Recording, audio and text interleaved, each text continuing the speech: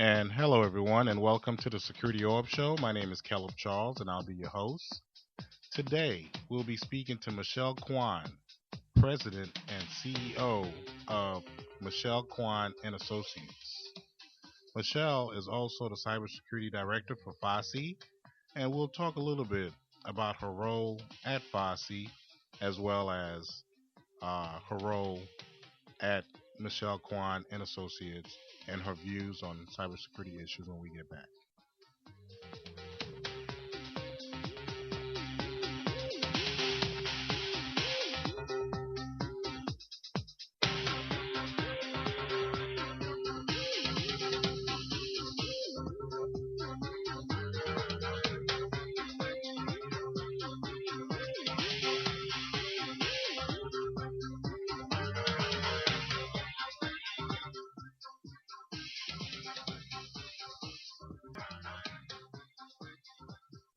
And hello, everyone. My name is Caleb Charles, and you are listening to the Security Orb Show.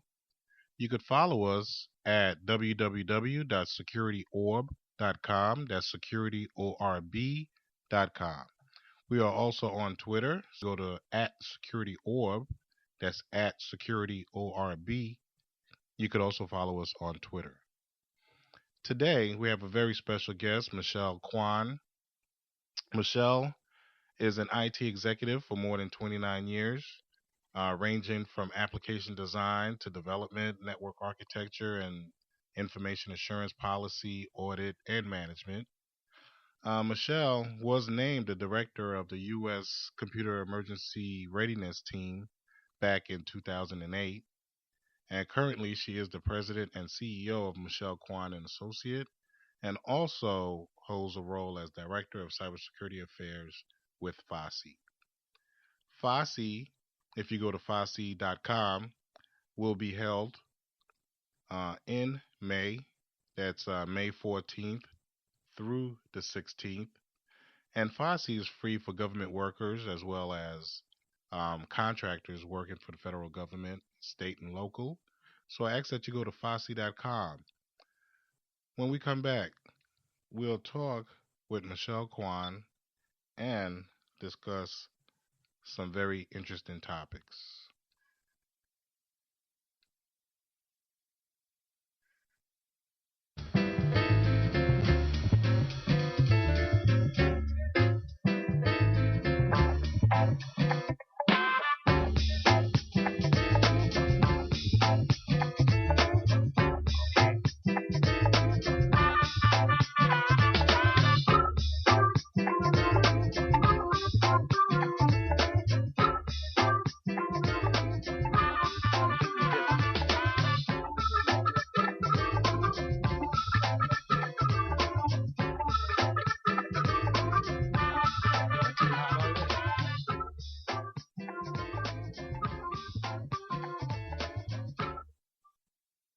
Here in the security track.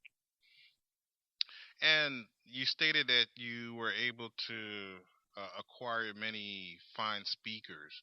What are some of the process, or was it a call for paper? Was it an invitation? Did speakers come to you and say, "Hey, I wanted to speak at FOSSI 2013 this year"?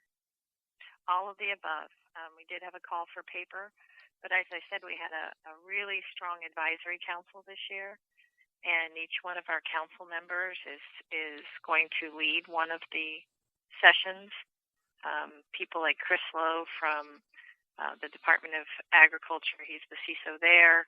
The Deputy CISO at Justice, Melinda Rogers, is leading up a panel. Karen Evans, formerly from OMB, is leading up a panel.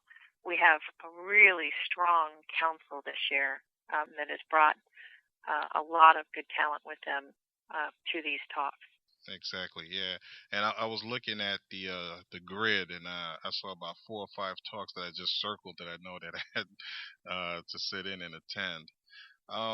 You'll be speaking on current threats and attacks. A case study is what you plan to present at the upcoming FOSSI event, correct? That's correct. And I guess what are some of the more pressing current threats that you'll be discussing? Well, we have a lot of different current threats on the landscape today, and it's interesting to look at where we've evolved from this kind of a presentation. And this type of presentation I've been given for many, many years. But we've really evolved from talking about viruses and worms to now talking about advanced threats and attack patterns and adversaries that live in the network. And we're now realizing that if we see malware, we see a Trojan or we see some type of malware, that it's actually the tip of the iceberg, that it's just the entry point for the adversary. So we'll be talking about those more advanced threats and looking at a few case studies of how those attacks have affected networks. Right. And I guess when I kind of read over the objective of your talk, I had a discussion with someone earlier in the week when we were talking about the current China activities that the Mandiant company brought to light, and there were one side of the discussion that stated that what they were doing, the Chinese, so to speak, allegedly, was not an advanced form of hacking. It was due to maybe us not being very security conscious, and there was another side that was stating that what they were doing were pretty advanced. Do you have an opinion on that particular statement? So advanced really is a subjective word now. It's very interesting, and what we have to understand is that different networks are configured differently and have different priorities. Some networks have the priority of being more secure, and some networks have the priority of having better throughput, more flexibility for their users. And so, it's really hard to look across this and say these things are all equal. Right. But I will tell you that it's not the threat that we saw in the recent Chinese attacks, and I think you're referring to the Wall Street Journal attacks, are really particularly more advanced than what we've talked about before. Mm-hmm. On the scale of advanced, they're more advanced. It's not just malware. They are in the system, they infect a machine, they escalate their privileges, they traverse the network, they gather information, and they exfiltrate. Right. That is more sophisticated in nature. But in terms of sophistication, are they the most sophisticated? We don't know that for sure. There are lots of different groups that are Chinese and do different things. Right. So it really depends on who you talk about and where you talk about them. So I think the easiest thing to say is in the realm of sophistication, there is some sophistication there. Are they the most sophisticated in the world? Probably not. But again, that's all a very subjective. And is that necessarily important? Right? Are we doing the best hygiene in the world, and do we have the most secure networks? That's one of the things that we're going to be talking about throughout this cyber track is, in order for us to secure our networks, we have to get the programmatics right to be able to make the business case to enable us to afford it and enable us to execute. So that brings us right full circle back to what we'll be talking about throughout the day at FOSSI. Right. And it's interesting that you brought up the Wall Street Journal. I know one of the objectives from your talk would be the communication and coordination aspect of the threat and the attack. And it seemed like all the media companies that were being attacked were actually communicating and putting information out there.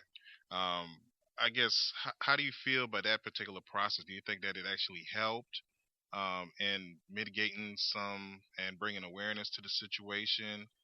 And if I could add a part two, is the fact that a company being breached as the same stigma as before, does that still kind of hold fact to today in the concept of companies being breached?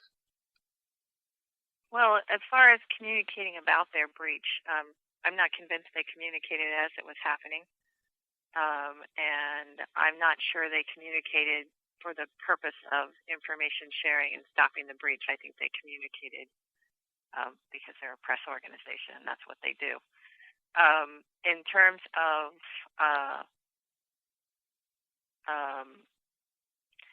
the stigma related to a breach, it depends. It depends on what type of company you're talking about, and it depends on the risk of the information that company is holding. Mm-hmm. So, for instance, if a press outlet comes out and says that they've been breached, we're concerned, but does that mean we're not going to read their newspaper? Probably not.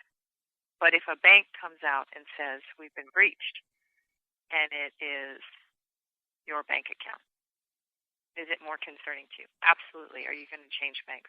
A possibility. So it's really hard to look across different missions and say a breach is going to mean the same thing to all of you, because they all hold a different risk factor. And that's one of the things we're talking about too, Right. is risk and balancing how much you spend on security and what you secure based on risk. So, when we talk about these things, it's much more complicated, and actually it's much more like other things that we do in life. It's if we can remove ourselves from the interesting part of this being high technology and something a little complicated, and think of it in terms of, say, for instance, how we think about risk as it relates to driving our car. Right? We all know that if we drive 80 miles an hour, the risk, and go around a certain bend in the road, the risk of turning your car over is high. Exactly. But if you're an ambulance and you have to get to the hospital, you're going to weigh that risk of whether or not you're actually going to take that bend at 80 miles an hour. Right? Exactly. That's a risk decision. Those are the kinds of risk decisions we now have to make in cyber. We have to say, is this site an informational site? And is the information high-risk information? If we lose this information, is it going to cause financial harm? Is it going to cause harm to a person? And if so, that should have a certain level of security. Or is it simply an informational site? There's no money transaction. And if something happens to it, the risk is lower. So we have to look at those different risk factors, and we have to balance the amount of money and the amount of time we take securing those things, just like we balance the risk in anything else we do in life and in business. And that's really what we're going to be talking about throughout these panels, is balancing that risk, using the right amount of money, the right amount of resources to the right amount of security. Yeah, that's a balancing act, right? It's a balancing act. It really is. Right. Another thing I'd like to ask your opinion on. A few years ago, the DHS, Department of Homeland Security Secretary, stated that they are planning to hire 1,000 cybersecurity professionals to help in the cybersecurity effort. And recently, in the state of the Union, President Obama stated that they would be opening up a new cybersecurity division. I think an additional 4,400 additional cybersecurity professionals and practitioners are looking to be brought on to meet that mission. And one of the things that I often hear is that we do not have enough qualified people currently right now. I guess, in your opinion, if you do agree with that, what are some of the best ways to kind of fix that situation? Through education or I guess whatever else that you might be able to consider.